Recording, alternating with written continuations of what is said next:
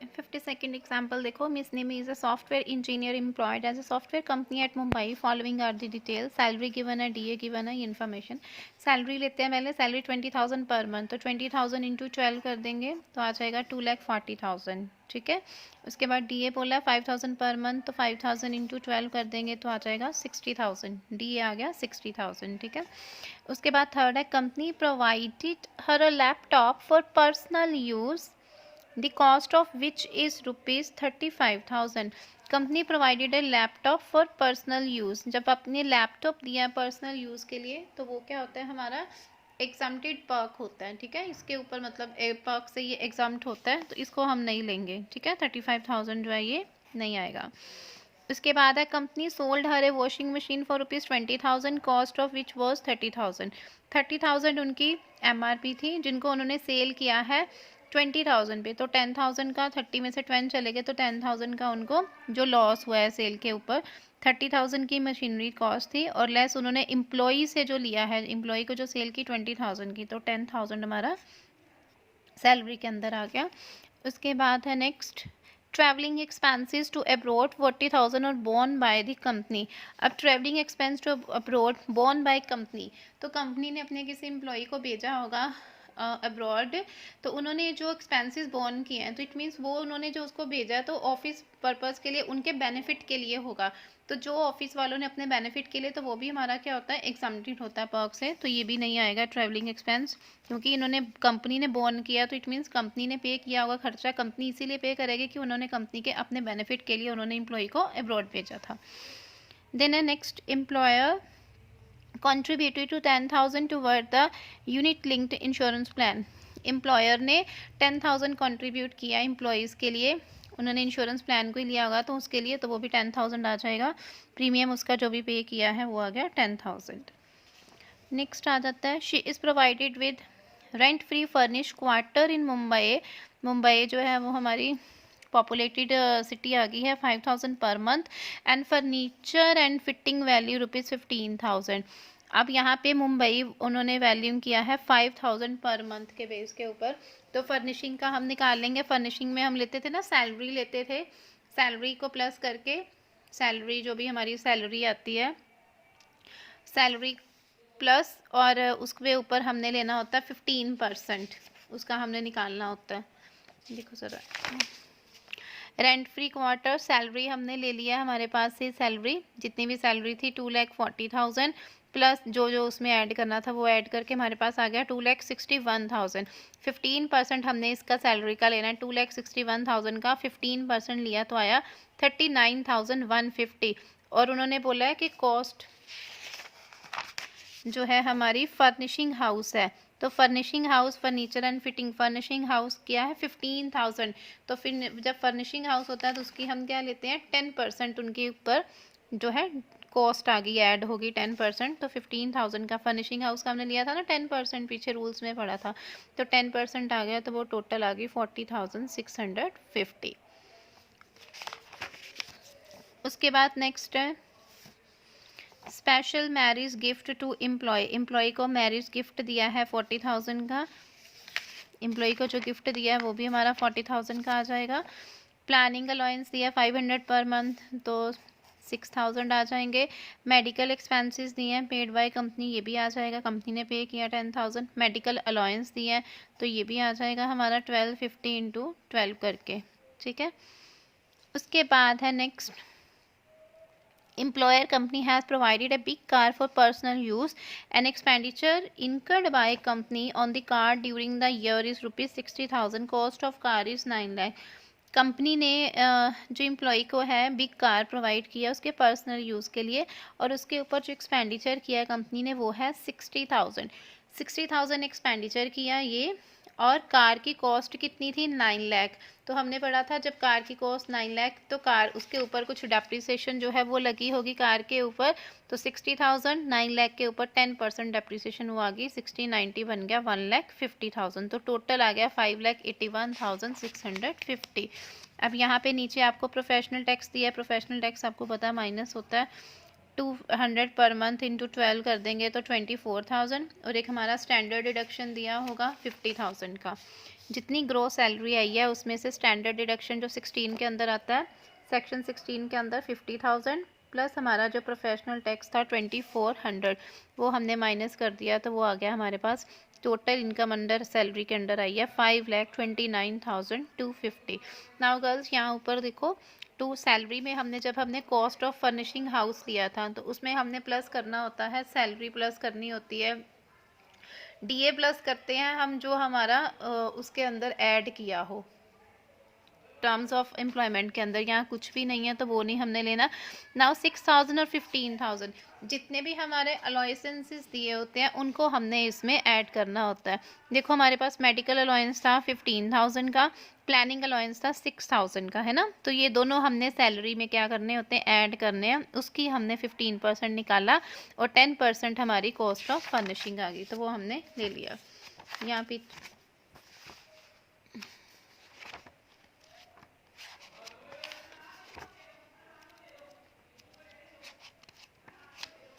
ठीक है। 52nd example,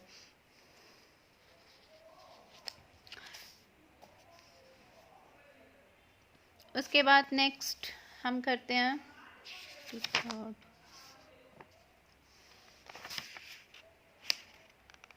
चलो 53rd एग्जाम्पल कर लेते हैं। 53rd एग्जाम्पल देखते हैं हम। Shri Rakesh, an employee working in Mumbai, has presented the following particulars of his salary. Calculate salary income qualifying amount for deduction. दो चीज़ें बोला, एक तो सैलरी निकालने के लिए, एक क्वालिफाइंग अमाउंट फी डिडक्शन अंडर एटीसी। एटीसी के अंदर जो जो डिडक्शन आती है ना क्वालिफाइंग, उनको भी हमने लेना है। पहले हम सैलरी निकालते हैं। बेसिक सैलरी 20,000 पर मंथ, तो 20,000 इंटू 12 आ जाएगी 2,40,000, ठीक है। उसके बाद DA 80% of salary, 50% were part of salary. DA लेना 80% ऑफ सैलरी, यानी कि 2,40,000 का क्या लेंगे हम, 80%, और जितना आएगा उसका हमने सिर्फ 50% लेना, क्योंकि सैलरी में उन्होंने बोला सिर्फ 50% लिया। 2,40,000 का 80% लेना है और उसका 50% हमने लेना है डीए के अंदर, ठीक है। और बाकी जो हाफ है डीए डज नॉट एंटर, जो एंटर नहीं किया वो कितना था 96, मतलब 96,000 इसका हमने लिया था 2,40,000 का, जो एम्प्लॉयमेंट के टर्म्स के अंदर था, और 96,000 था जो एम्प्लॉयमेंट टर्म्स के अंदर नहीं था। Then a bonus, basic salary of 1 month, 1 month की सैलरी कितनी है 20,000, तो बोनस कितना आ जाएगा 20,000, ठीक है, बोनस आ गया। उसके बाद कमीशन 66,000, तो कमीशन भी आ जाएगी हमारी 66,000। नेक्स्ट है लीव एनकैशमेंट, लीव एनकैशमेंट है हमारा 20,000 रिलेटिंग टू करंट ईयर, तो लीव एनकैशमेंट आ जाएगा 20,000। उसके बाद है he has engaged a helper at rupees 1,200 per month and his employer pay him 1,500 per month on his account। अब देखो हेल्पर एक उन्होंने लिया हुआ है जिसको he has engaged at 1,200 per month, लेकिन एम्प्लॉयर उस हेल्पर के लिए कितना पे कर रहा है 1,500 पर मंथ, तो एम्प्लॉयर एम्प्लॉय पे कर रहा है 1,500 पर मंथ 18,000, सॉरी एम्प्लॉयर जो पे कर रहा है, लेकिन उनको एग्जाम्प्ट कितना है, कितनी सैलरी का 1,200 पर मंथ, तो वो माइनस करके जितना आ गया 3,600 सैलरी में आएगा। एम्प्लॉयर उनको 1,500 के अकॉर्डिंग पे कर रहा है एंड उन्होंने रखा कितने के ऊपर है 1,200 के, वो माइनस कर दिया जितना अमाउंट आया, तो 3,600 हमने कंसिडर कर लिया। उसके बाद है medical bills for 75,000 were reimburse in the family in the following manner of A notified hospital 22,000 of A private hospital 53,000। अब जो तो प्राइवेट हॉस्पिटल का है ये तो हमारा पूरा आएगा 53,000, और फिर notified hospital 22 for no surgery notified disease. Notified disease आपको बताया था मैंने कि जो नोटिफाइड डिसीजेज होती हैं वो एग्जाम्प्ट होती हैं, तो ये नहीं आएगा आपका, लेकिन 53,000 प्राइवेट हॉस्पिटल से आपने ट्रीट करवाया तो वो आएगा।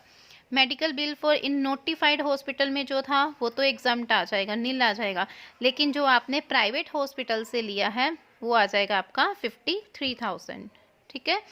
उसके बाद नेक्स्ट आ जाता है mobile telephone bill for employee wife paid by employer. Mobile का टेलीफोन बिल है वो जो पे कर रहा है तो वो भी क्या हो जाएगा टेलीफोन बिल। अगर एम्प्लॉयर आपके बिहाफ पे आपका टेलीफोन बिल पे कर रहा है तो वो आपकी सैलरी में नहीं आएगा, तो वो भी क्या हो जाएगा एग्जाम्प्ट हो जाएगा, मतलब नील लेंगे हम उसको भी। मोबाइल टेलीफोन बिल जो एम्प्लॉयर ने पे किया वो भी क्या आ जाएगा नील आ जाएगा। His employment tax paid by employer 2500। Employment tax पे किया एम्प्लॉयर ने तो वो आ जाएगा उनका employment tax paid by employer. ये एम्प्लॉयमेंट टैक्स पे किसने करना होता है, एम्प्लॉई ने करना होता है, लेकिन उसके बिहाफ पे कौन पे कर रहा है, एम्प्लॉयर, तो वो उनकी सैलरी में इंक्लूड कर देंगे वो 2500। नेक्स्ट आ जाता है on 1 December 2019 a loan of 3 lakh from employer purchasing a car, rate of interest is 6.25, repayment of loan 5000 start 4 month from the date of taking prescribed rate of उन्होंने बोला कि 1 दिसंबर को उन्होंने एक लोन लिया था कार लेने के लिए 3 लाख का फ्रॉम हिज एम्प्लॉयर से लिया था उन्होंने लोन, और रेट कितने के ऊपर 6.25%। लेकिन एसबीआई का रेट जो 1 अप्रैल, उन्होंने देखो 1 दिसंबर को लिया था लोन, लेकिन एसबीआई 1 अप्रैल को लोन का रेट कितना कर चुकी हुई है, 9.25%। तो हमने वो निकाल लेना है, उन्होंने कितना लिया है, 3 लाख लिया है, 3 लाख में से 9.25 जो है उनका रेट था, और उसने पे कितना कर रहा है, 6.25। कितने मंथ्स के लिए बोला है, ओनली फॉर 4 मंथ्स, तो ये 4 मंथ्स के लिए निकाल लेना है, मतलब 3 लाख के ऊपर इसका डिफरेंस लेके 4 मंथ्स के लिए निकाल लेना है, तो वो आपने लेना है जितना भी आ जाएगा। ठीक है, लोन हमारा आ जाएगा, देखो ज़रा इधर लोन ये दिया नीचे, loan for employer for car at concession rate 3 lakh का लोन था, 9.25 एसबीआई का रेट था, लेकिन वो कितना पे कर रहे हैं, 6 पॉइंट, तो जितना डिफरेंस आया 4 मंथ्स के लिए निकाल लिया, तो वो आ जाना है 3000। ठीक है, okay. Next one is he and his employer contribute 3200 per month each toward RPF। 3200 जो है पर मंथ वो आरपीएफ में कंट्रीब्यूट कर रहा है एम्प्लॉय और एम्प्लॉयर दोनों, तो 3200 मल्टीप्लाई 12 कर लेना, जितना भी आएगा। ये देखो एम्प्लॉयर कंट्रीब्यूशन टू आरपीएफ कितना पे कर रहे हैं, 38,400। ये 38,400 कैसे आया, 3200 मल्टीप्लाई 12। तो मैंने आपको करवाया था आरपीएफ में 12% तक उनको क्या मिलती है, एग्जम्पशन मिलती है। किसका 12%, जो हमारी सैलरी होगी। सैलरी कितनी है, 2,40,000 प्लस 96,000 डीए हमने एक लेना जो हम एंटर किया है, जो हमारी टर्म्स ऑफ एम्प्लॉयमेंट में था, तो वो एक ही था, तो ये टर्म्स ऑफ एम्प्लॉयमेंट में नहीं था, ये नहीं लेना, तो हमने लेना 2,40,000 प्लस 96,000, 2,40,000 प्लस 96,000, उसका 12% क्या हो जाएगा, एग्जाम्प्ट हो जाएगा। तो इतना एग्जाम्प्ट हो गया, 43,320 एग्जाम्प्ट है। तो आप पे कितना कर रहे हो, 38, तो वो क्या आ जाएगा, हमारा नील आ जाएगा। आपको 40,000 तक एग्जम्पशन है, लेकिन आप सिर्फ कितना कंट्रीब्यूट कर रहे हो, एम्प्लॉयर कितना कर रहा है, 3200 पर मंथ, तो वो आया था 38,400, तो उनको पे करने की जरूरत ही नहीं है, क्योंकि 40,000 तक तो एग्जाम्प्ट है, तो वो क्या आ जाएगा, नील आ जाएगा। नेक्स्ट है interest credited on accounting RPF 10% is 20,000। अब आरपीएफ अकाउंट के ऊपर उनको इंटरेस्ट जो है, इंटरेस्ट भी क्रेडिट हो रहा है। कितना इंटरेस्ट क्रेडिट कर रहे हैं, 20,000 का 10%। तो एक्चुअल में आरपीएफ का इंटरेस्ट आपको बताया था 9.5% वो कर सकते हैं, 9.5%। तो 20,000 का 10% और इंटू 0.5 क्यों, क्योंकि 9.5% तक तो उनको इंटरेस्ट जो है वो, अगर 9.5 से जितना ज़्यादा है, हमने 9.5 तो 10% वो दे रहे हैं, तो 9.5 से कितना ज़्यादा, 0.5% ही है, 20,000 का 10% इंटू 0.5%, तो वो आ जाएगा 1,000, वो हमने निकाल लेना है। उसके बाद है ही receive 20,000 as leave travel concession. Leave travel concession मिला तो वो भी हमारा सैलरी में आ जाएगा 20,000 लीव ट्रैवल कंसेशन। ठीक है, ये पूरा हमारा टैक्सेबल होता है 20,000। नेक्स्ट है he has been provided with free use of a car 1.8 CC car is use partly for the personal and partly for the business. अब उनको कार मिली है 1.8 लीटर। 1.8 लीटर का मतलब हो गया कि वो कौन सी कार होगी, या उनकी बिग कार हो गई है। तो बिग कार के ऊपर बताया था 2,400 पर मंथ मिलता है, तो 2,400 पर मंथ, 24 यहाँ पे नहीं दिया कितना, लेकिन उन्होंने ये दे दिया ना, ये कार है, तो बिग कार के ऊपर 20, स्मॉल कार के ऊपर 1,800 और बिग पे 2,400 पर मंथ, तो वो आ जाएगा आपका कार पर देखो 24,100 पर मंथ, तो वो आ गया 28,800। ठीक है, उसके बाद नेक्स्ट है एक ये भी है his personal club bill paid by employer. Employer ने उनके पर्सनल बिल पे किए 25,000 के, वो भी आ जाएंगे। Club bill paid by employer taxable 25,000। और क्या है, he has been provided with the rent free house of employer, FRV value 8,000 per month along with facility of gardener costing 6,000, furnishing costing 1,70,000 has been provided with the use of employer। ये point करते हैं अभी, बाकी सारे points हो गए। LIC premium भी पे कर रहा है वो उनके बिहाफ पे, LIC प्रीमियम भी पे कर रहे हैं। वो कितना पे कर रहे हैं LIC प्रीमियम जो है उनका 5,000 per annum. Capital sum assured is 1 lakh other than contribution to उन्होंने RPF में किया है। LIC प्रीमियम 5,000 का तो ये भी ऐड हो जाएगा।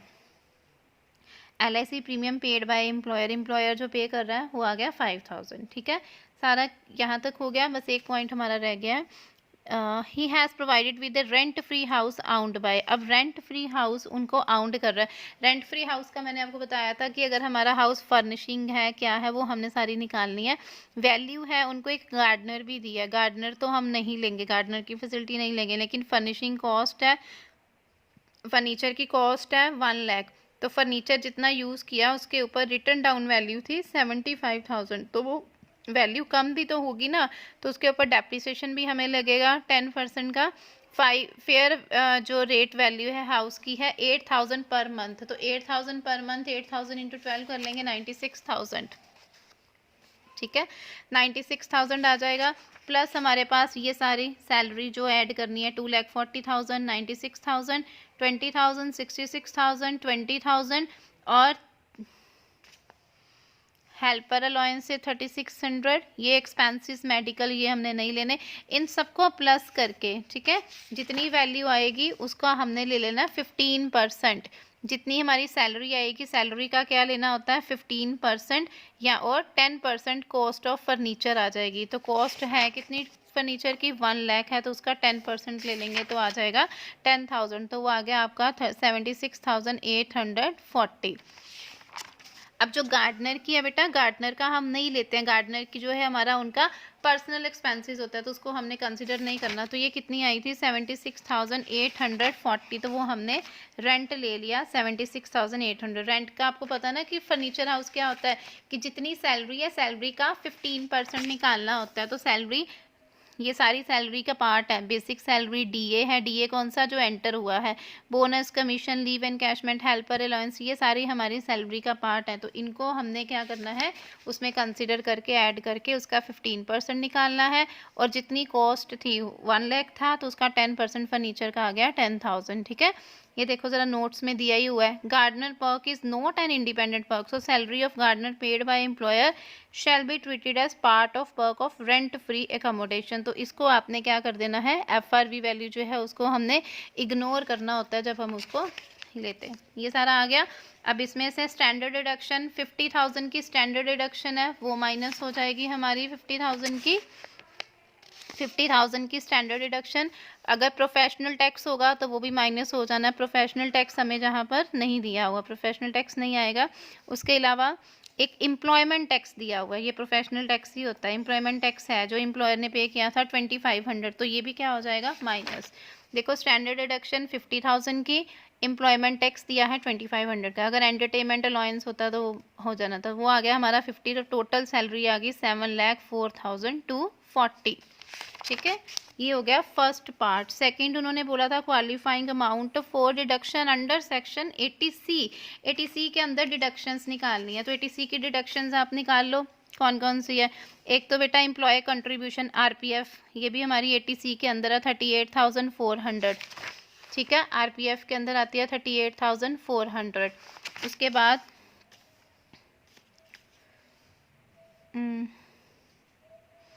LIC premium paid by employer, employer जो पे कर रहा है, पे तो एम्प्लॉई ने करना था ना उनका, तो वो भी क्या आ जाती है हमारी 80C के अंदर डिडक्शन 5,000।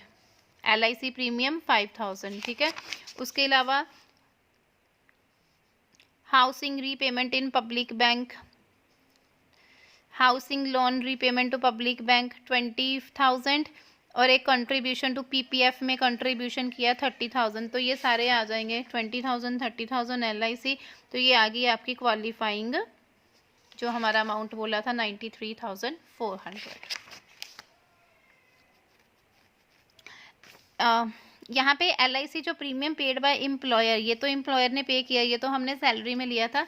ये ऊपर दिया है LIC on the life of father, उसने अपनी नहीं, उसने अपने फादर की, तो उसके फादर की उसका एम्प्लॉयर पे नहीं करेगा, तो वो उनका फादर के लिए पे कर रहा है LIC प्रीमियम, तो वो अपने आप पे कर रहा है, तो वो 80C की जो है वो 80C के अंदर जो है वो क्वालिफाई होगा। तो LIC आ गया, RPF में जितना किया, जितना PPF में किया, और जो हाउस लोन, ये सारे आगे तो टोटल आपकी वहाँ निकल आएगा।